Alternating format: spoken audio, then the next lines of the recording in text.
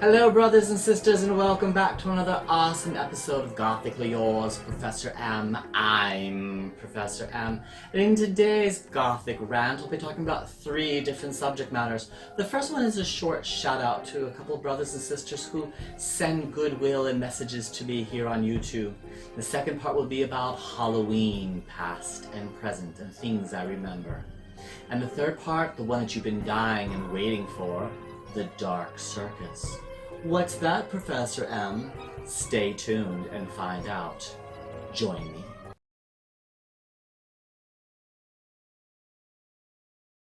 Now, for those who don't know, just behind Mr. Skull here, I have some notes that I had to write down because as you get older and become an elder goth, you can't remember everything. It takes a little bit of time to rewind the gramophone.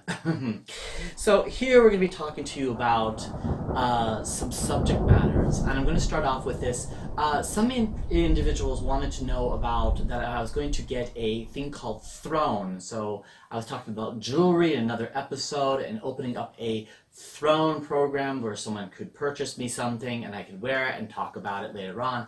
However, Throne Company, well, they failed. They sent me an email saying, because of where you are located in the world, we cannot, help you. They said that they could do monetary things. I said, I don't want monetary things. I would like to have gifty things. And I just said, forget it. And it took a month and a half for the transactions to go through. Well, so much for that. I'll see if I can find some other wonderful way to open up an account somewhere and have some other kind of contact with other brothers and sisters. So, with that being said, throne is off. Throne is out. Your throne. It's gone. I would like to take a shout out to a few brothers and sisters. A sister by the name of Christy Stone. She says, I'm enjoying the channel. Well, thank you, Christy. Love to you, okay? And then I had a very special sister. She gave me back a lot of feedback, and her name is Demonica Star. She wrote great subjects, but the background should be changed in my fashion videos. Excellent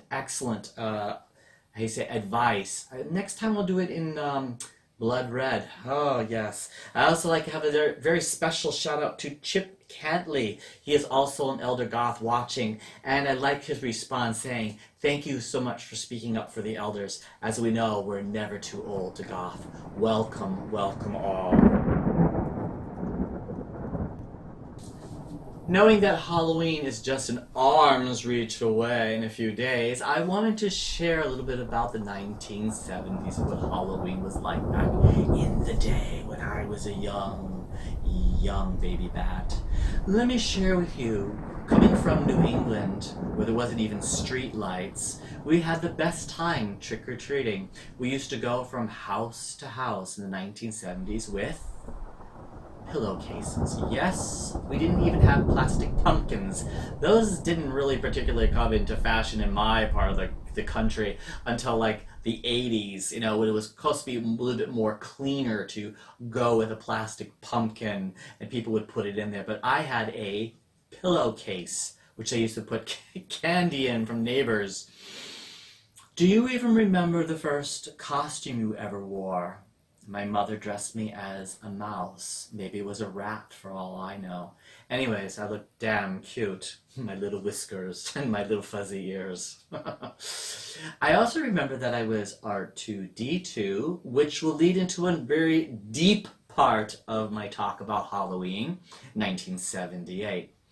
Halloween was a time during the 70s. There was a bit of a frightening era. There was things that were very dark. If you do your research and your homework online, you'll discover that sometimes Halloween was not so much treat, but a lot of trick. And I'm not going to go into all that, but if you have any stories you want to share about the darker elements of Halloween, leave me a comment down below and we'll strike up a conversation.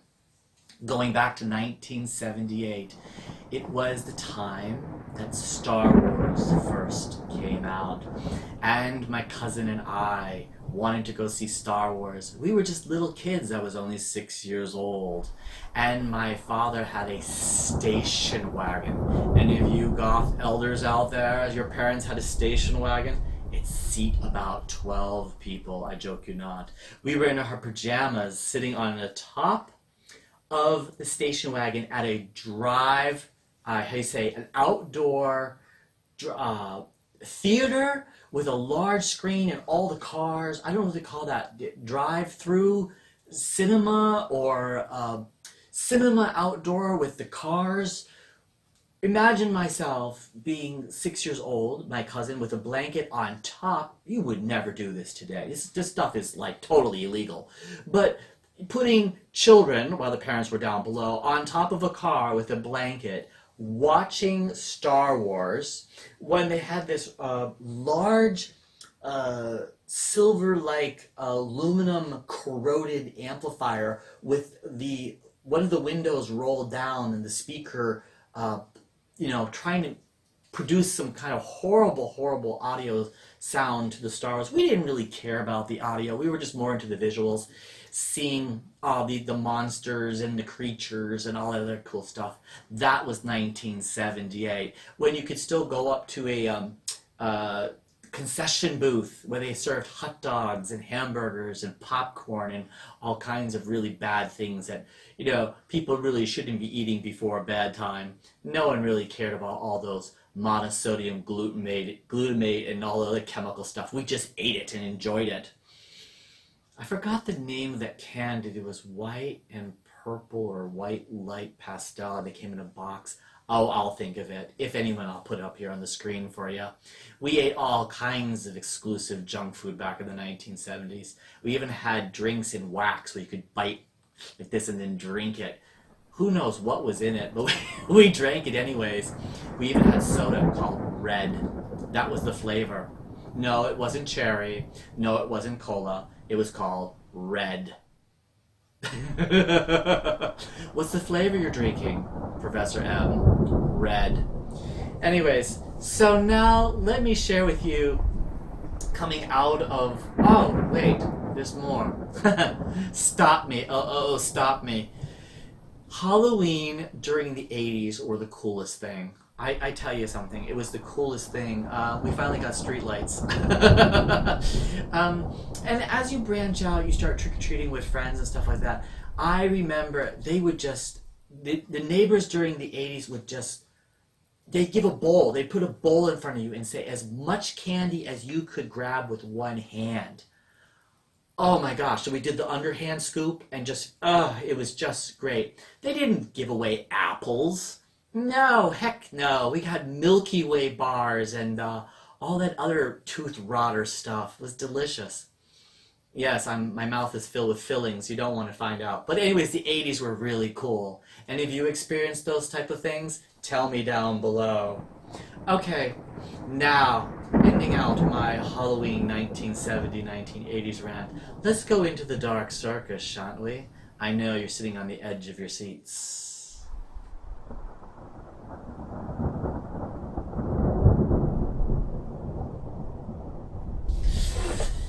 Ooh, and the part of Professor M's rant you have been waiting for patiently.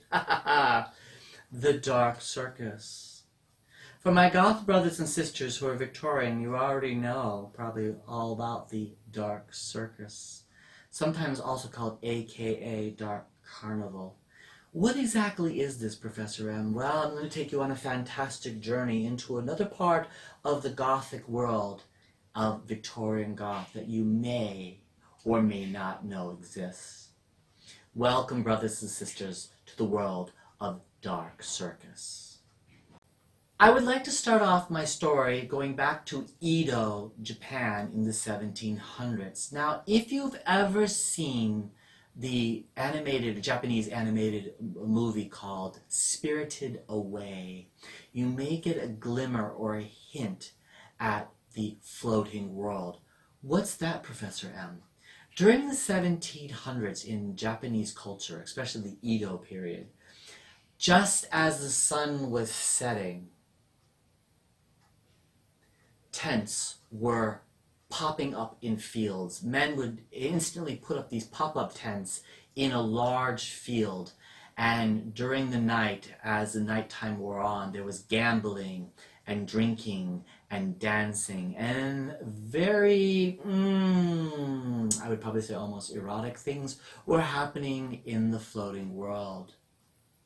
And just before the sun came up, all the tents were folded up, and the only thing that remained of the floating world, or any existence of all that, was the trampled grass in the field the next morning.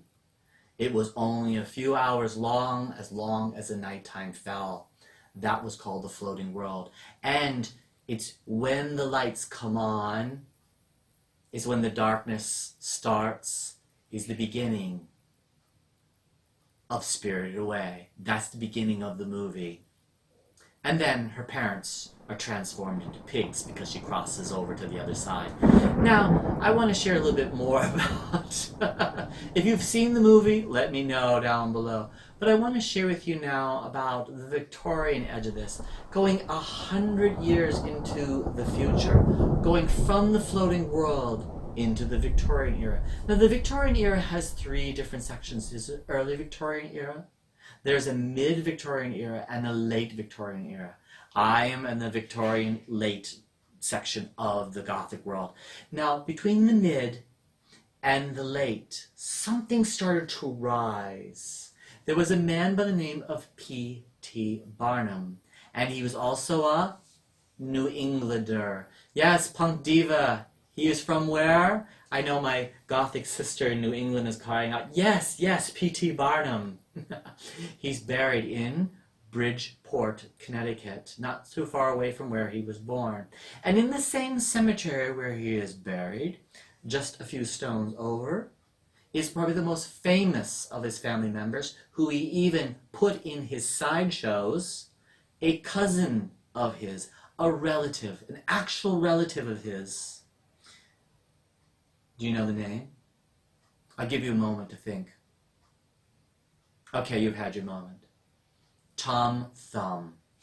Tom Thumb was a very small individual, but in genealogical records, Tom Thumb was also a cousin, a distant relationship to P.T. Barnum himself.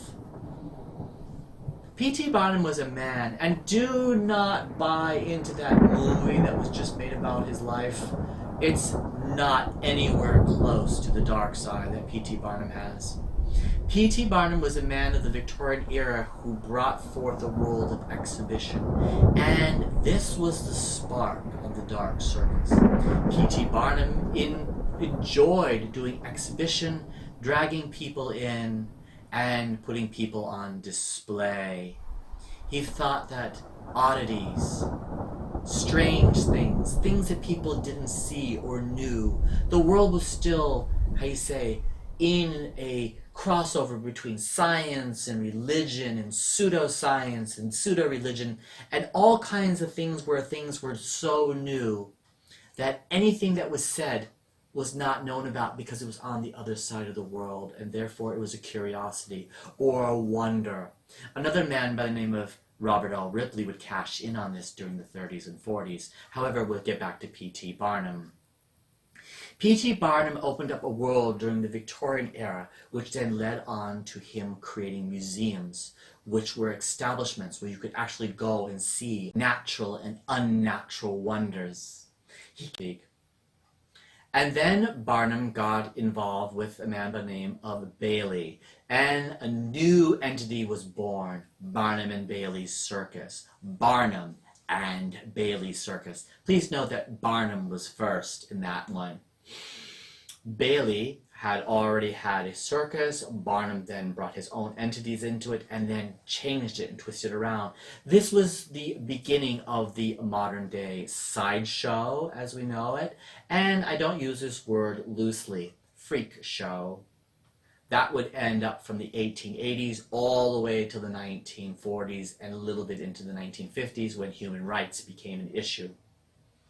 Now, the Dark Circus was born during this time and culminated through the years. What exactly is the Dark Circus? Well, we think of the circus as, oh, happy clowns with balloons and popcorn vendors and the smell of confections and happy tents with stripes and blah, blah, blah. This has nothing to do with that. The Dark Circus is always done at nighttime and has a different world. There are no happy clowns here. There are flamethrowers and men who throw knives at women on revolving wheels.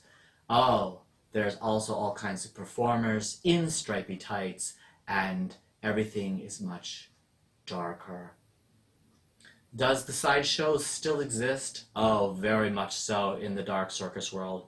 Now, if you follow the line of the Gothic family tree, down here is traditional Goth, and you go up, and here will be Victorian Goth.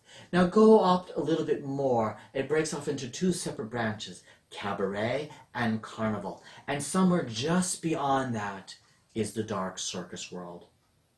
This is a world of darkness and an element where things start turning from happy to a little bit more macabre. If you know anything about the Dark Circus, please leave something down below. I've waited a long time to share these things. So much so that my lip has twitched. The Dark Circus is a performance, is an exhibition, is a show, and it's not always so brightly lit. You can see traces of this in media today. Here, let me take you on a particular one that all my Goth brothers and sisters probably have already seen and go, that's the Dark Circus? Why, yes it is. Take a closer look at The Cure's Never Enough. I've got freaks, I've got freaks.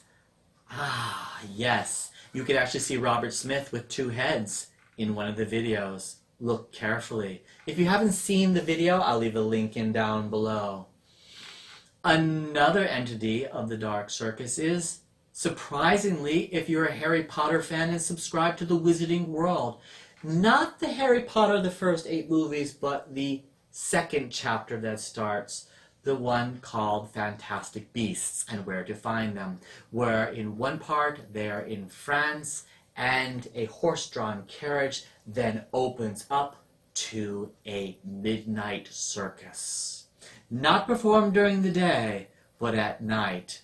Children floating around in bubbles and monsters in cages. And instantly, it's folded up and taken away by elves. The Dark Circus. You getting a taste of it? Another very wonderful movie. If you haven't seen it, please go under any circumstance and find it. Made during the 1970s or early 1980s. Something wicked comes this way. And I'll be ending out my little rant right here. I hope you've enjoyed this very special episode so close to Halloween. And as always, if you leave me a comment or questions down below, there's a 99.99.99% chance I'll write back to you. And as always, Gothically yours, Professor M.